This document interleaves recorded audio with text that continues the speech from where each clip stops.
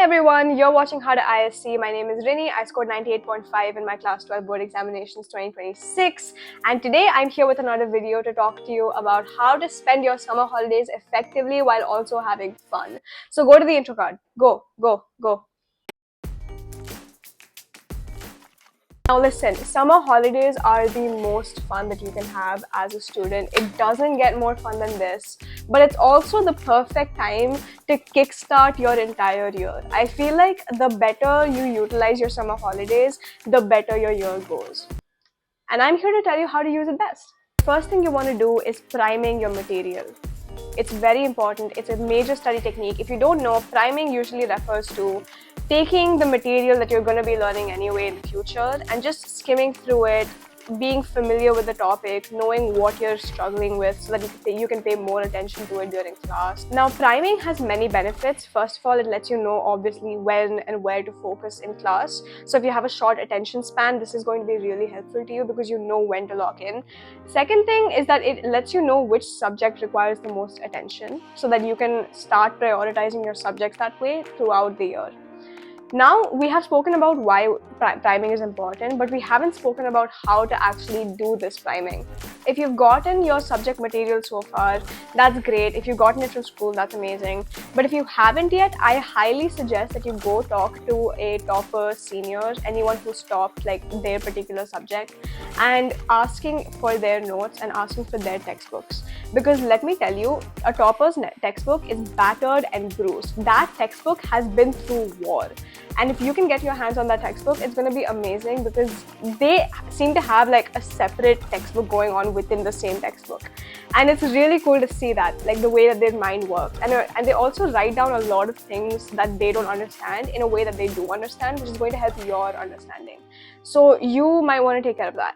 The second thing you want to focus on is extracurricular activities. I'm not saying you need to continuously work towards doing more competitions based on your extracurricular activities, but I am saying that you should focus on creating a priority list of all the events that you want to be focusing on this year and leaving only about 20% of your entire extracurricular activities list towards maybe something spontaneous and new. But the rest of it, you want to plan to your absolute best so that you don't waste your time trying to look for new activities in the middle of your academic year.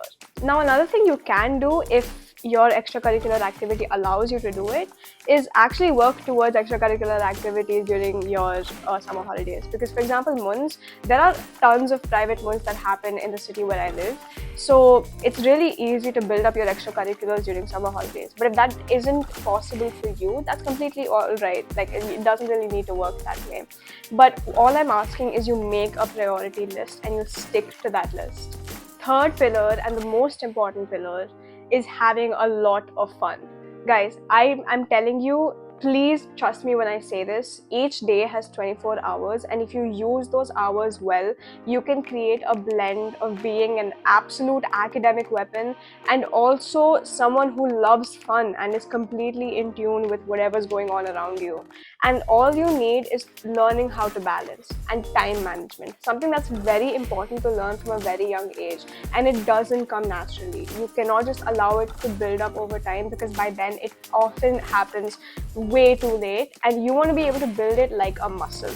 So what I want you to do is eat well, sleep well during your summer holidays, take care of studying maybe at least 2 to 3 hours on the weekdays, maybe chill on the weekends.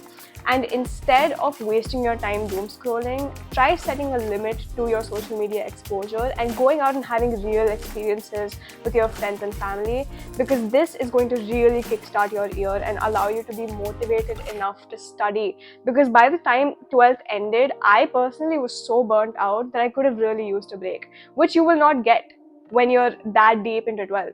So you want to be able to focus on making as many memories as possible and making this moment last, because it really doesn't. Now, if you're someone who has entrance exams to prepare for, you're really talking to someone on a whole other plane, because entrance exam kind of takes place alongside board exams, and it's really difficult to choose and prioritize both at the same time, which is why I am telling you something that no other person is going to be telling you to do, which is prioritize one or the other. I'm not saying completely drop the other thing that you are also doing.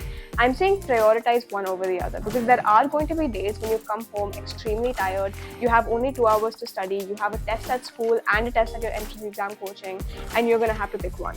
I want you to think of what you will actually pick, and that depends on a lot of factors. Do not listen to me or any single person.